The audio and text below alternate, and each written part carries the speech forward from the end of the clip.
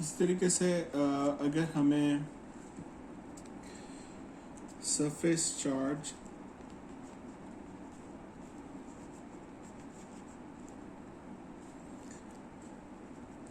और force on a conductor को देखना हो तो वो किस तरीके से देखेंगे।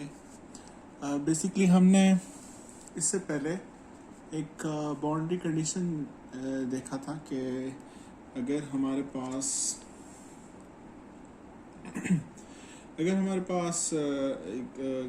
एक कोई चार्ज है Q, ठीक है, तो उसकी फील्ड हम देखें और उसकी हमें ई फील्ड पता है। बेसिकली ई फील्ड जो है वो Q 4πε0r² और AR है बेसिकली।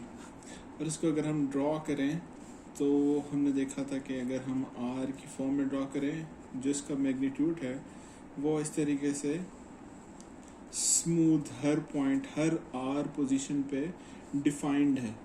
यानी R अगर एक रेडियस है यहाँ से यहाँ तक, तो मैं R की वैल्यू जितनी भी बढ़ाता जाऊँगा तो हर पॉइंट पे डिफाइंड है, लेकिन कम हो रही है ऑब्वियसली, लेकिन हर पॉइंट पे डिफाइंड है। लेकिन अगर इस Q के सामने अगर एक चार्ज शीट आ जाए, ऐसी शीट यहाँ पे कि इस पे कुछ चार्ज डेंसिटी है, तो इसकी अपनी कोई फील्ड होगी जो कि यहाँ पे इस डायरेक्शन में होगी और दूसरी साइड पे इस डायरेक्शन में होगी। तो यहाँ पे जो फील्ड होगी वो बेसिकली इसको अगर अपोजिट चार्ज है तो रिपेल कर रही होगी, अदरवाइज इसको बेसिकली अगर ये पॉजिटिव चार्ज है तो इसको रिपेल कर रही होगी। तो अगर हम इस सिनेरियो में फील्ड को देखेंगे तो बेसिकली फील्ड पहले सेम आ रही होगी, लेकिन एक इस स्पेसिफिक पॉइंट पे, यानी ये एक डिस्टेंस है R का 0 से लेकर हम यहाँ देख रहे हैं, तो एक स्पेसिफिक पॉइंट पे जो फील्ड है वो एक जंप लेगी।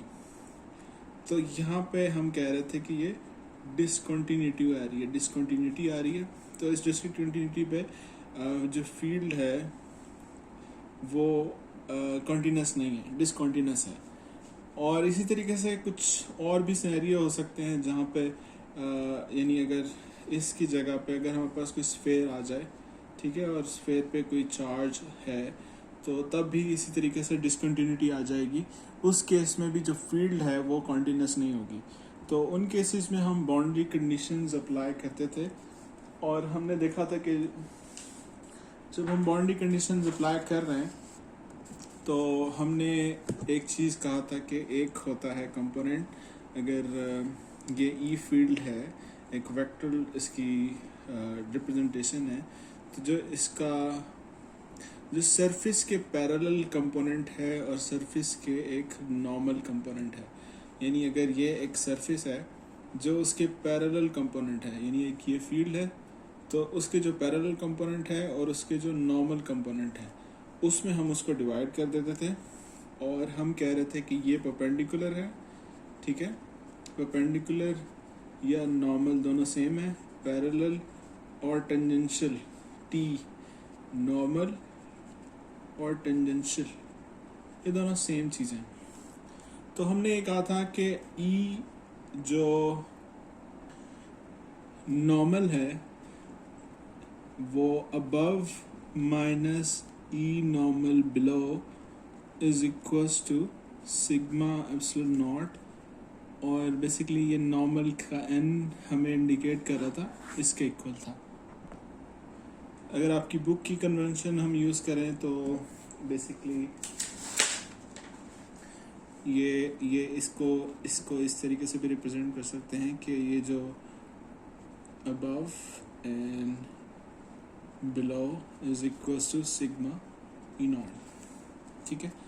अब अगर मैं एक कंडक्टर ले लूँ, ठीक है, और जो इस सरफेस की अबव फील्ड की बात करूं और सरफेस के बिलो फील्ड की बात करूं, ये अबव है और ये बिलो है, ठीक है। तो बिलो वाली जो फील्ड है वो कंडक्टर के इनसाइड में है और जो अबव वाली फील्ड है वो कंडक्टर के बाहर वाली फील्ड है। यानी यहाँ पे जो सरफेस चार्ज है इसके ऊपर अबव फील्ड है और इसके अंदर बिलो फील्ड है। ठीक है, तो अभी हमने देखा था कि जो कंडक्टर के अंदर जो फील्ड होती है वो ज़ीरो के इक्वल होती है। तो हम कह सकते हैं कि जो E परपेंडिकुलर है वो इज इक्वल्स टू यानी E परपेंडिकुलर बिलो या E perpendicular inside is equals to zero.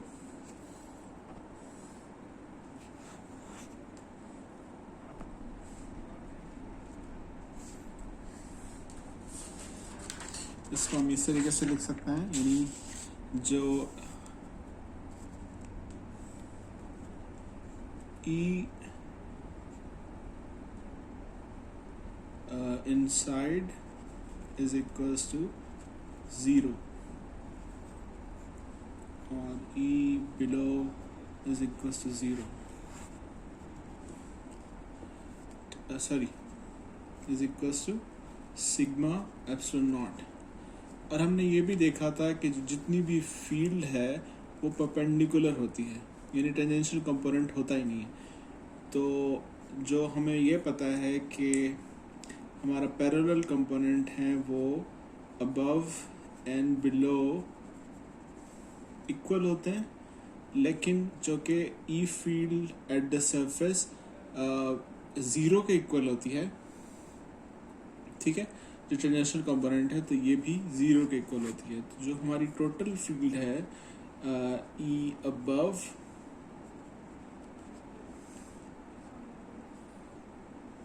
ठीक है plus E below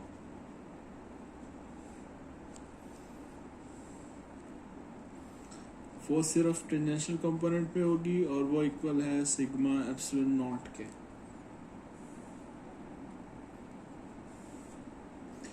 E sigma epsilon not के इक्वल हो जाएगी। इसी तरीके से हमने एक और चीज़ देखी थी, बेसिकली हमने ये देखा था कि जो ई अगर मैं इसको इस तरीके से लिख रहा हूँ, above minus E below is equals to sigma epsilon naught n. N जो इंडिकेट कर रहा है नॉर्मल को इंडिकेट कर रहा है, सिर्फ यूनिट वेक्टर है जो चार्ज